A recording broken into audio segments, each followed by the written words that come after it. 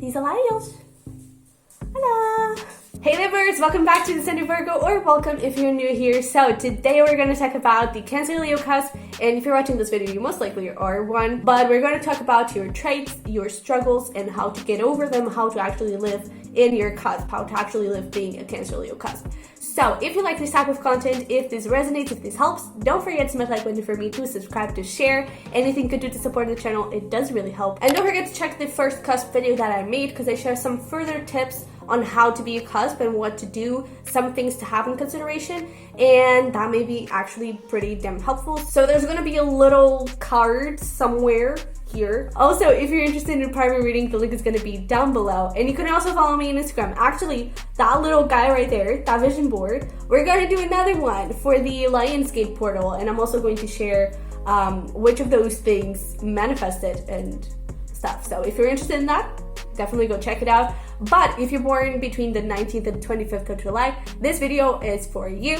Let's get into it. So let's start with your traits, and straight away from the cusp research. By the way, how could I forget that? I do have a survey down there if you are a cusp, you're watching this video most likely. So please go fill that survey. It's really quick and it really helps me out with finding more information about you, so it can be more helpful, and so I can guide you a little bit better, and it would really help. But as I was saying, from the cusp research, you're one of those cusps that every time I get a response from you, it always cracks me up. You're so funny. Maybe it's because of the Leo side. I'm a Leo Virgo cusp, so maybe there's some compatibility there. But I always find you so funny and easygoing, and that's already one of your traits. But always remember that you're more than just the cusp. You still have a sun side, you have your whole birth chart, so make sure that you take a look at that. But for your actual cusp, you are actually ruled by the moon and the sun. And I have to tell you, I admire you so much if you're alive, because you're probably one of the toughest cusps.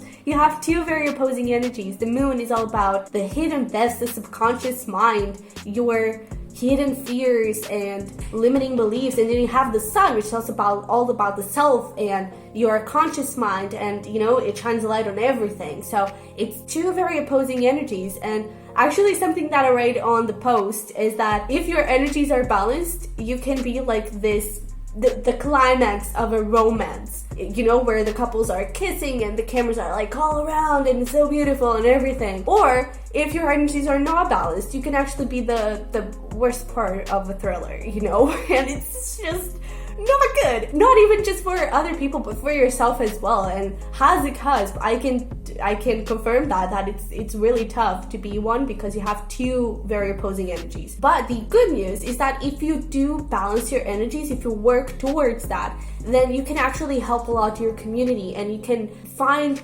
those hidden secrets within yourself, those limiting beliefs, those emotions from the Cancer, water, moon energy, and express them in a very beautiful way with all that Leo, fiery sun energy. And that's really helpful for connecting with others, also in your career, but in helping humanity and your friends, especially your inner circle, helping it to grow and to expand and to become just better people, because you are very influential. You have that caring and intuitive side from the Cancer, so you can read a room, and then at the same time you have that funny and passionate side that really captivates people. So you do have a lot of influence on others, and others do really listen to you. Now, just make sure that you're using that influence for the right reasons, because again, if your energies are not balanced, and this can happen in an unconscious way, you can actually use that power for your own personal gain. With that Leo energy, that's likely to happen. And it's just a matter of you having that in consideration. Tend to lean more towards the Cancer side when you're dealing with others, because that does really help. And make sure that you're keeping that Leo side in check as well, and that you're sharing that huge heart that you have and not being totally 100% protected of it, because that can create a bit of a barrier between you and other people. Now, when it comes to relationships, at the beginning, you can be a little bit shy, but I feel like that's in situations where you don't feel so safe and you don't feel so comfortable to totally express yourself. And I feel like this could happen in a matter of seconds, where you stop being shy and you're super outgoing and expressive and you're the life of the party. I also feel like you tend to connect with others pretty easily, because you have all that empathy and affection, and you know, you love and that's super attractive. And I feel like you always want others to be better and to feel better about themselves. And I feel like you encourage that. And I really feel like you're an amazing friend because of it. Now, not everything is great because I feel like you give a lot.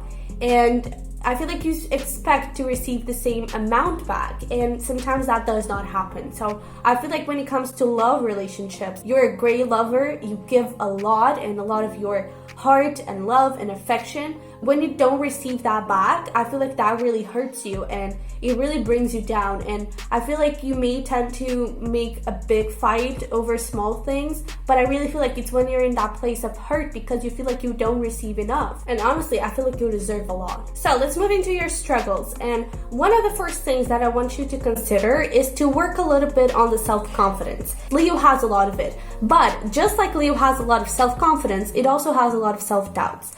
And I feel like it's important that you balance it to the right amount, because you can be a little bit shy and sometimes, you don't get out of yourself too much, but other times it can be a bit too much and you end up wanting a lot and you may not receive it. So I feel like it's about finding that balance, especially because then you get that Cancer side, very dreamy and very emotional and hopeful. And all your dreams, you want all of them to come true and you may feel like you never have enough. And the reality is that you do, and things can get a bit chaotic as well. And you may feel like, oh no, I'm so lost, like I don't have what I want. And so I feel like one of the biggest things would be doing gratitude journaling, because that really helps you focus on the things that you do have and all the things that really make you feel passionate and make you feel like, oh wait, no, but look at all this. You may be having one of those days where you're just really focusing on what you don't have. And with gratitude journaling, it really pulls you back to, okay, but look at your life now.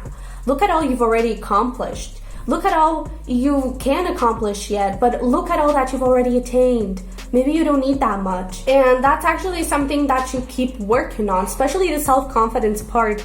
And you can do that with self-care, not the spa and going to the hair salon, that too, but true self-care. The I'm gonna cry all night kind of self-care because I'm healing, So take a look at your past wounds as well. Where did you stop shining? Because Leo is all about shining. And when did you start closing in your shell? When did you got all in your shell and maybe you became someone people wanted you to be, and you forgot about that subconscious of who you truly are and who you truly want to be, okay? Now, another thing that we have already talked about is the fact that you can influence a lot of people and very easily. And so it's important that every time you have to make a decision, every time you're thinking about something, ask yourself, what is the best thing for the highest good of everyone involved? That really brings you into this place of, okay, I'm not doing it for me, I'm doing it for my community. I'm doing it for humanity. Because again, you have a wonderful power, you have that Leo energy of really a good leader, and it's important that you use that power for good. And when your energies are not balanced, you can get into this place of a little bit of greediness and you start losing touch of the true goal and the true purpose of it. So that's where gratitude journaling comes in hand, and you're like, no, you know what? I have enough. I am doing enough. And also donations. I feel like if you can do some sort of charity, some sort of donation of any type, that would be really good. Number one, that's great for manifesting abundance. Number two, that also tells your brain that, no, I have so much, that I can give to others. And that's really great to balance that little greediness. Another thing that you may struggle with is when it comes to relationships, you may get caught up on drama, you may get caught up on gossip, and you sometimes may get things a bit too personally.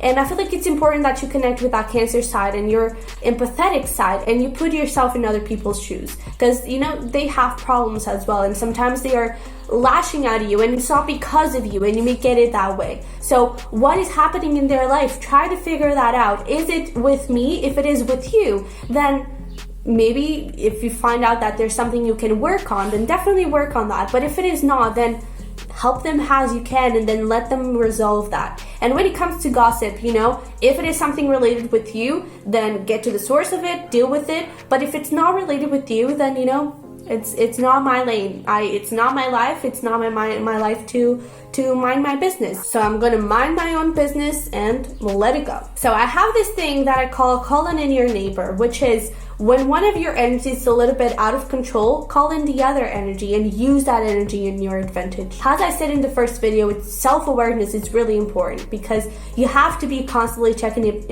with yourself. Like, okay, am I acting too Cancer right now, or am I acting too Leo? Talking about Cancer, sometimes Cancer can get a bit insecure, and it's important that you connect with that Leo side and you're like, no, come on dude, let's hype ourselves up. You do a little bit of pride journaling session where you write down all the things that you've already accomplished, all the things that you are good at, all the things that you can still accomplish, and you really get your vibe up. You put some music on and you dance, really gain that self-confidence with that Leo side. Do things that light you up, do things that motivate you. And when with Cancer, you're very empathetic, and sometimes other people's energies can get a bit too much. So that's the point where you use the Leo and you're a bit selfish with yourself, and you're like, nope, I need some time for myself. I need to put myself back into my shell and take a little breather here.